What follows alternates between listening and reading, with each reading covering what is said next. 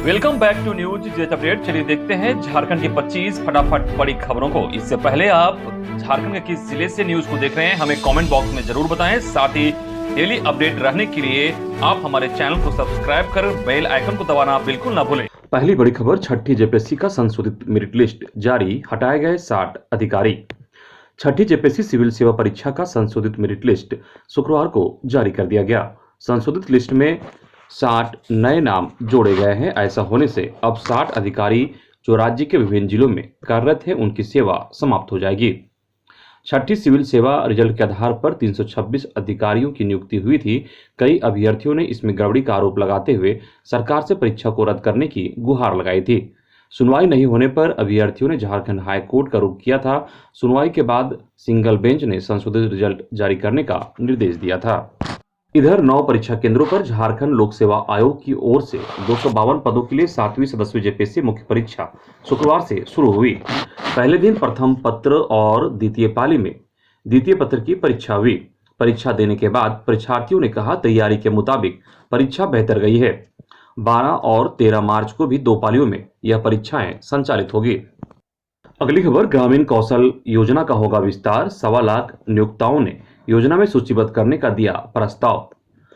ग्रामीण युवाओं को प्रशिक्षण और रोजगार देने की योजना के तहत अब तक 7,15,000 युवाओं को रोजगार मुहैया कराया गया है। इस योजना के तहत अब तक 11 लाख से अधिक ग्रामीण युवाओं को प्रशिक्षण दिया जा चुका है।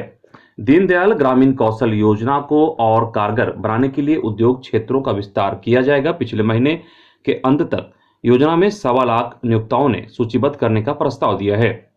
महात्मा गांधी राष्ट्रीय ग्रामीण रोजगार गारंटी अधिनियम मनरेगा के दायरे में रोजगार पाने वाले अकुशल ग्रामीण युवाओं को इस योजना का ज्यादा से ज्यादा लाभ दिया जा रहा है। ग्रामीण विकास सचिव नागेंद्र नाथ सिन्हा के अनुसार इसके तहत शिक्षण प्राप्त करने वाले 70% ग्रामीण युवाओं को निश्चित रोजगार दिलाने का प्रावधान है। इसमें अधिक से अधिक रोजगार देने वाले नियोक्ताओं को प्रोत्साहित भी किया जाएगा, जो ट्रेनिंग के साथ युवाओं को अपने यहाँ रोजगार भी देंगे। अगली खबर, कोरोना पॉजिटिव संख्या में वृद्धि, अस्पतालों को बेड तैयार रखने का मिला निर्देश। झारखंड में कोरोना पिछले 3 दिनों से धीरे धीरे पांव पसारता नजर आ रहा है। लगातार नए मरीजों की संख्या में वृद्धि हो रही है, जिससे स्वास्थ्य विभाग भी अलर्ट हो गई है।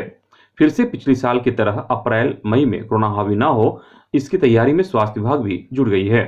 अपर मुख्य सचिव स्वास्थ्य अरुण कुमार सिंह ने होली, रामनवमी व अन्य त्योहारों को लेकर अलर्ट रहने की सलाह दी है। साथ ही हॉस्पिटलों को फिर से बेड तैयार रखने का निर्देश दी गई है, ताकि किसी भी आपात स्थिति से निपटा जा सके। वहीं अगर हम पिछले 24 घंटे में बात करें तो राज्य के 8 जिले में 65 कोरोना पॉजिटिव केस मिले हैं, जिनमें राजधानी में सबसे अधिक 47 नए कोरोना पॉजिटिव केस मिले हैं। इसके अलावा बोकारो में 1, देवघर में 1, धनबाद में 4, पूर्वी सिंहभूम में 4, गिरिडीह में 1, कोडरमा में 2 और सिमडेगा में 5 नए कोरोना पॉजिटिव केस मिले हैं। अगली खबर, झारखंड में पोषण सखियों के लिए खुशखबरी। महिला बाल विकास एवं सामाजिक सुरक्षा विभाग की मंत्री जोभा मांझी ने पोषण सखियों के सभी तरह के बकाया मानदेय का भुगतान मार्च के अंत तक करने का भरोसा दिलाया। शुक्रवार को विधानसभा की दूसरी पाली में शुक्रवार को महिला बाल विकास कल्याण व अल्पसंख्यक कल्याण विभाग की अनुदान मांगों पर वाद विवाद के बाद सरकार के जवाब के क्रम में जोभा मांझी ने सदन में यह घोषणा की। जोभा मांझी भाजपा विधायक नीरा यादव द्वारा लाए गए कटौती प्रस्ताव के जवाब में बोल रही थी। इस दौरान सत्ता पक्ष और विपक्ष के सदस्यों ने महिलाओं, आदिवासियों हितों से जुड़े मुद्दों को भी उठाया। करीब 2.25 घंटे की चर्चा के बाद विपक्ष के बहिष्कार के बीच महिला एवं बाल विकास विभाग की वित्तीय वर्ष 2022-23 के लिए 5,726 करोड़ रुपए की अनुदान मांगे पारित हुई। जोभा मांझी ने स्पष्ट किया कि भारत सरकार से पोषण सखियों का मानदेय मिलता था, जिसे बंद कर दिया गया है। केंद्र ने यह भी साफ कर दिया कि यदि राज्य अपने संसाधन से इसे चला सकते हैं तो चलाए। उन्होंने कहा कि भारत सरकार ने झारखंड के मात्र 6 जिलों का चयन इस कार्य के लिए किया था, लेकिन हमारी सरकार का मानना है कि पूरे राज्य में पोषण सखी को नियुक्त करना चाहिए, क्योंकि जिस समस्या के समाधान के लिए पोषण सखी को रखा गया था वह समस्या सिर्फ 6 जिलों की नहीं बल्कि सभी जिलों की है। अगली खबर, झारखंड में तीसरे मोर्चे का गठन। झारखंड की राजनीति में शुक्रवार को एक बड़ी राजनीतिक घटनाक्रम देखने को मिली, जहां आजसू के नेतृत्व में प्रदेश में तीसरे मोर्चे का गठन किया गया। तीसरे मोर्चे में आजसू, एनसीपी और 2 निर्दलीय विधायक शामिल हैं। तीसरे मोर्चे का नाम झारखंड लोकतांत्रिक मोर्चा रखा गया है। सुदेश महतो के नेतृत्व में G5 अमित कुमार यादव सचेतक होंगे। विधानसभा में एक साथ बैठने की व्यवस्था की भी मांग स्पीकर से करेंगे। सोमवार को स्पीकर से तीसरा मोर्चा मुलाकात करेगा। वहीं झारखंड लोकतांत्रिक मोर्चा विधानसभा में एक साथ राज्य के हित में सवाल उठाएगा। अभी चुनाव एक साथ लड़ने पर कोई फैसला नहीं लिया गया है। वहीं सरयू राय ने कहा कि सुदेश महतो अधिकृत तौर पर मोर्चा का नेतृत्व करेंगे। ये 5 विधायक हैं मोर्चे में शामिल। आजसू से सुदेश महतो और लंबोदर महतो, एनसीपी के कमलेश सिंह और निर्दलीय से सरयू राय और अमित यादव। वहीं मोर्चे के सदस्यों का मानना है कि एक साथ 5 रहेंगे तो सरकार पर दबाव बनाएंगे। राज्यसभा के द्विवार्षिक चुनाव में भी ये अहम भूमिका निभा सकते हैं।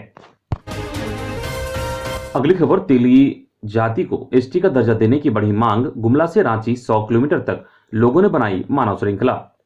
छोटानागपुरिया तेली जाति को अनुसूचित जनजाति का दर्जा और खतियान आधारित स्थानीय नीति लागू करने की मांग को लेकर तेली जाति के लोग अब आंदोलन में उतर आए हैं। झारखंड राज्य में लगातार सरकारों द्वारा इस जाति को छले जाने का आरोप लगाते हुए समुदाय के आक्रोशित लोगों ने शुक्रवार को गुमला से लेकर रांची तक 100 किलोमीटर की दूरी तक मानव श्रृंखला बनाए, साथ ही सरकार तक अपनी बातों को पहुंचाने का काम किया। इस मानव श्रृंखला में महिलाएं, युवक, युवतियों की संख्या सबसे अधिक थी। तेज धूप के बावजूद महिलाएं अपने बच्चों को गोद एवं बेतरा में लेकर मानव श्रृंखला बनाकर सड़क पर खड़ी रही। सभी लोग हाथों में तख्ती पकड़े हुए थे जिसमें अपनी मांगों को लेकर स्लोगन लिखा हुआ था। इधर पुलिस को डर था कि मानव श्रृंखला उग्र होगा, इसलिए हर थाना क्षेत्र में गुमला जिला की पुलिस अलर्ट थी। यहां तक कि खुद गुमला के एसपी डॉक्टर एहतसाम वकारिब गुमला, सिसई व भरनो थाना का भ्रमण कर विधि व्यवस्था का जायजा लिए। इस दौरान एसपी ने संबंधित थाना के पुलिस अधिकारियों से मुस्तैद होकर ड्यूटी करने के लिए कहा। अगली खबर, सेवानिवृत्त शिक्षकों के लिए खुशखबरी। 7वें वेतनमान के आधार पर मिलेगी पेंशन। राज्य के सभी विश्वविद्यालय के सेवानिवृत्त शिक्षकों व अधिकारियों को 7वें वेतनमान के आधार पर पेंशन का भुगतान किया जाएगा। उच्च व तकनीकी शिक्षा विभाग ने कैबिनेट की स्वीकृति के बाद इस आशय का संकल्प जारी कर दिया है। अब इसका गजर प्रकाशन किया जाएगा। जारी संकल्प के अनुसार 1 जनवरी 2016 के पूर्व सेवानिवृत्त हुए शिक्षकों व पदाधिकारियों को 7वें वेतन के अंतर्गत 7वां पुनरीक्षित वेतनमान में पेंशन, पारिवारिक पेंशन का लाभ 1 अप्रैल 2021 के प्रभाव से अनुमान्य होगा। अगली खबर, स्वच्छ विद्यालय स्वस्थ बच्चे अभियान चलेगा। सीएम 24 मार्च को करेंगे शुभारंभ। झारखंड स्थित स्कूलों में स्वच्छ विद्यालय स्वच्छ बच्चे 2022 अभियान चलाया जाएगा। यह 24 से 30 मार्च तक संचालित होगा। अभियान की शुरुआत मुख्यमंत्री हेमंत सोरेन करेंगे।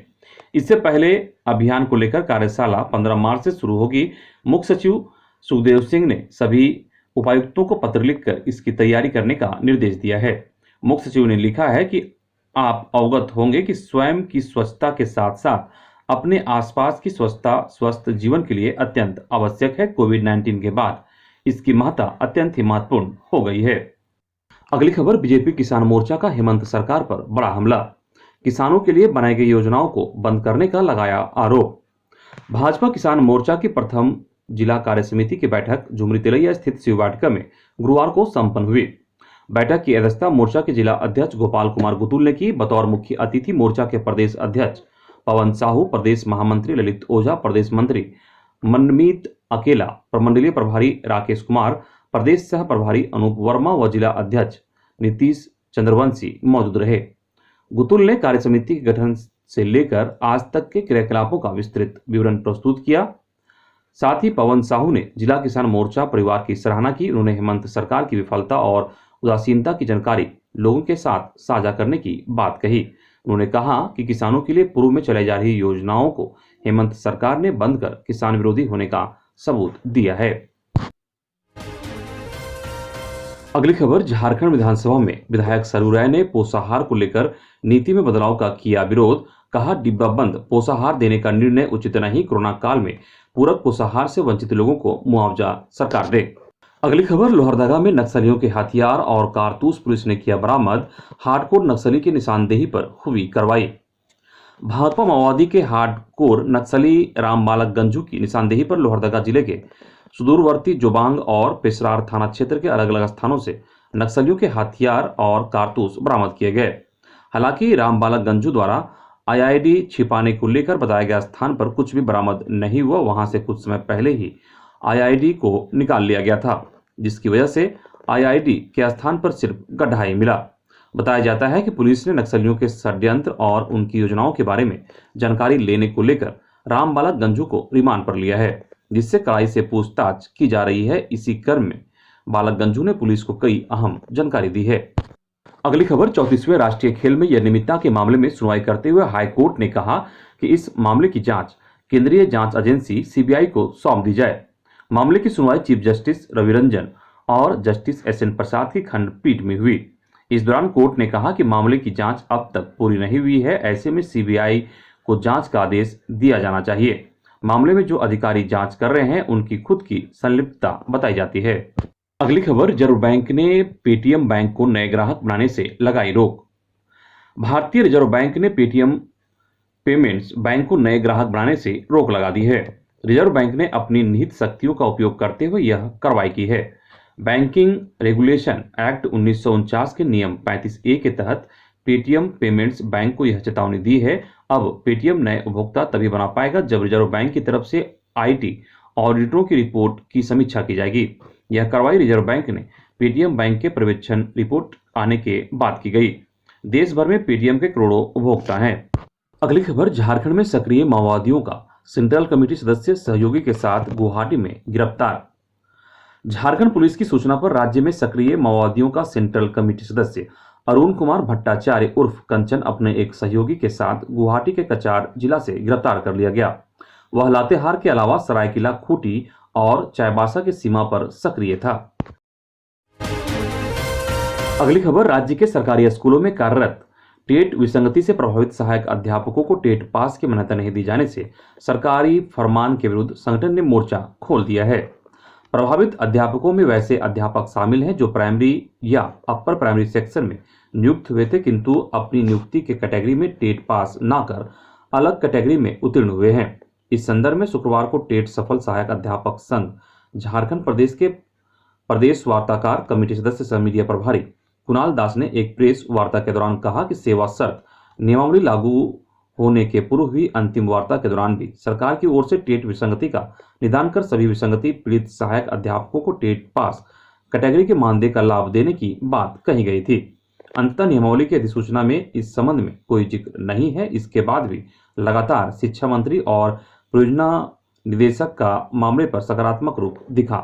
इधर राज्य वार्ताकार कमेटी सदस्य झरीलाल महतो शिक्षा मंत्री जगन्नाथ महतो से टेट विसंगति के मामले में मुलाकात की। साथ ही उन्होंने चतरा जिले के डीएससी के द्वारा निकाली गई काले कानून की तरह चिट्ठी के बारे में बताया। उन्होंने इस पर मंत्री जगन्नाथ महतो ने तुरंत उस चिट्ठी को निरस्त करने का आदेश दिया। मंत्री ने स्पष्ट शब्दों में कहा कि कोई भी डीएससी इस तरह की मनमानी की तो उसका खैर नहीं। इधर सदन के बाहर आज विधायक लंबोदर महतो ने दिया धरना। 1932 के खतियान आधार पर स्थानीय नीति लागू करने की मांग की। झारखंड विधानसभा के बजट सत्र के 10वें दिन आजसू के विधायक लंबोदर महतो सदन के बाहर धरना देते नजर आए। लंबोदर महतो 1932 के खतियान पर आधारित स्थानीय नीति लागू कराने और TVNL के मजदूरों के मुद्दों को लेकर प्रदर्शन किया। उन्होंने राज्य सरकार पर दोनों मामलों को लेकर संवेदनहीन होने का आरोप लगाया। आजसू विधायक लंबोदर महतो ने कहा कि आजसू पार्टी की यह शुरू से मांग रही है कि झारखंड में 1932 के आधार पर स्थानीय नीति लागू की जाए। इधर बिहार सरकार के मंत्री मुकेश सहनी पहुंचे रांची, कहा पार्टी का झारखंड में भी करेंगे विस्तार। बिहार सरकार में मंत्री और सन ऑफ मल्लाह मुकेश सहनी शुक्रवार को पटना से रांची पहुंचे। रांची एयरपोर्ट पहुंचने के बाद सैकड़ों कार्यकर्ताओं ने मुकेश सहनी का स्वागत किया। इस दौरान उत्साहित कार्यकर्ता काफी देर तक मुकेश सहनी जिंदाबाद का नारे लगाते रहे। एयरपोर्ट पर कार्यकर्ताओं के स्वागत के बाद मुकेश सहनी हिनू चौक पहुंचे। यहां उन्होंने कर्पूरी ठाकुर की प्रतिमा पर माल्यार्पण किया। बाद में उन्होंने बताया कि बिहार की तरह झारखंड में भी पार्टी का विस्तार करना है, क्योंकि यहां भी निषाद और मल्लाह समाज के लोगों का विकास नहीं हो पाया है। अगली खबर, झारखंड के पलामू में खाद बीज दुकानों के फर्जी लाइसेंस रिन्यूअल का हुआ खुलासा। 2 कर्मी समेत 3 लोगों पर FIR। पलामू के 148 खाद बीज दुकानदारों के लाइसेंस रिन्यूअल जिला कृषि पदाधिकारी के फर्जी सिग्नेचर से होने का मामला प्रकाश में आया है। शुक्रवार को जिला कृषि पदाधिकारी अरुण कुमार के बयान के आधार पर इस मामले में शामिल कार्यालय के लिपिक सचिन कुमार सिंह, प्रदीप प्रसाद के साथ साथ इस कार्य में दोनों लिपिक के सहयोगी की भूमिका निभा रहे राहुल कुमार के खिलाफ प्राथमिकी दर्ज की गई है। बताया गया कि फर्जीवाड़ा का यह खेल पिछले 1.5 वर्षों से चल रहा था। विभाग द्वारा ई चालान जारी किया गया था जो फर्जी था। फर्जी चालान के जरिए विभाग में करीब 3 लाख रुपए से अधिक का घोटाला हुआ है। जिला कृषि पदाधिकारी अरुण कुमार ने बताया कि उन्हें जानकारी मिल रही थी कि पदाधिकारी का फर्जी हस्ताक्षर कर लाइसेंस का नवीनीकरण किया जा रहा है। जब मामले की छानबीन शुरू की गई तो सबसे पहले इस मामले में लिपिक के सहयोगी राहुल कुमार का नाम सामने आया। जब राहुल से पूछताछ की गई तो उसने बताया कि इसमें कार्यालय के लिपिक सचिन और प्रदीप भी शामिल हैं। इधर रामगढ़ में टेंट हाउस संचालक ने युवती के साथ किया सामूहिक दुष्कर्म, हत्या कर फंदे से लटकाया, पुलिस छानबीन जारी। झारखंड में रामगढ़ जिले के गोला प्रखंड क्षेत्र के बरलंगा थाना क्षेत्र के सरगडी गांव स्थित कोचा टोला में गुरुवार की देर शाम एक युवती के साथ दुष्कर्म करने के बाद उसकी हत्या कर दी गई। इसके बाद शव को दुपट्टे के सहारे फांसी से लटका दिया गया। फिर कमरे के बाहर ताला लगाकर दुष्कर्मी युवक फरार हो गए। जानकारी मिलने के बाद ग्रामीणों व स्वजनों ने देर शाम ताला तोड़कर फांसी के फंदे से झूलती युवती को उतार कर युवती को इलाज के लिए मुरी के एक नर्सिंग होम ले गए, जहां चिकित्सकों ने युवती को मृत घोषित कर दिया। अगली खबर, साइंटिफिक असिस्टेंट प्रतियोगिता परीक्षा 2021 की उत्तर कुंजी जारी, 7 प्रश्न रद्द, मिलेंगे पूरे अंक। झारखंड कर्मचारी चयन आयोग की ओर से आयोजित साइंटिफिक असिस्टेंट प्रतियोगिता परीक्षा 2021 की फाइनल उत्तर कुंजी जारी कर दी गई है। इस संबंध में आयोग के परीक्षा नियंत्रक के हस्ताक्षर से आवश्यक सूचना जारी की गई है। कहा गया है कि 7 प्रश्नों को रद्द कर दिया गया है। कंप्यूटर साइंस व IT का 1, इलेक्ट्रॉनिक्स व इंस्ट्रूमेंटेशन का 1, गणित का 4 व भौतिकी विषय का 1 प्रश्न रद्द किया गया है। परीक्षा में शामिल सभी अभ्यर्थियों को रद्द प्रश्नों का पूर्ण अंक मिलेगा। अगली खबर, हत्या मामले में लातेहार कोर्ट ने महिला सहित 7 आरोपियों को सुनाई उम्र कैद की सजा, जुर्माना भी लगाया। लातेहार में अपर जिला एवं सत्र न्यायाधीश द्वितीय अमित कुमार की कोर्ट ने हत्या के एक मामले के सभी 7 आरोपियों को आजीवन सश्रम कारावास की सजा सुनाई। साथ ही 10-10 हजार रुपए का जुर्माना भी लगाया। मामला ओझागुनी का आरोप लगाकर लालजी उरांव की हत्या करने का है। इधर धनबाद के सिंदरी में हिंदुस्तान उर्वरक रसायन लिमिटेड हर्ल के निर्माणाधीन प्लांट में कार्यरत फ्रांस की कंपनी टेवनिब के लैब बिल्डिंग की छत पर आग लग गई। आग लगने के कारण धुएं का गुब्बारा उठने लगा। मजदूरों में अफरा तफरी भी मच गई। हालांकि मजदूर ने थोड़ी देर में आग को बुझा दिया। आग से फिलहाल कोई नुकसान की खबर नहीं है। वहीं कुछ लोगों ने आग का वीडियो सोशल मीडिया में वायरल कर दिया। अगली खबर, अपराधियों ने घर में घुसकर मारी गोली, एक की हालत गंभीर, ग्रामीणों ने 2 अपराधियों को पकड़ा। झारखंड के हजारीबाग जिले के केराड़ी थाना क्षेत्र के किरीगड़ा में जमीन विवाद में अपराधियों ने एक युवक के घर में घुसकर गोलीबारी की। गोलीबारी में किरीगड़ा निवासी सुनील महतो, पिता भारत महतो बुरी तरह घायल हो गए। गंभीर रूप से घायल सुनील महतो को बचराम इलाज के लिए ले जाया गया, जहां से बेहतर इलाज के लिए रांची के रिम्स रेफर कर दिया गया।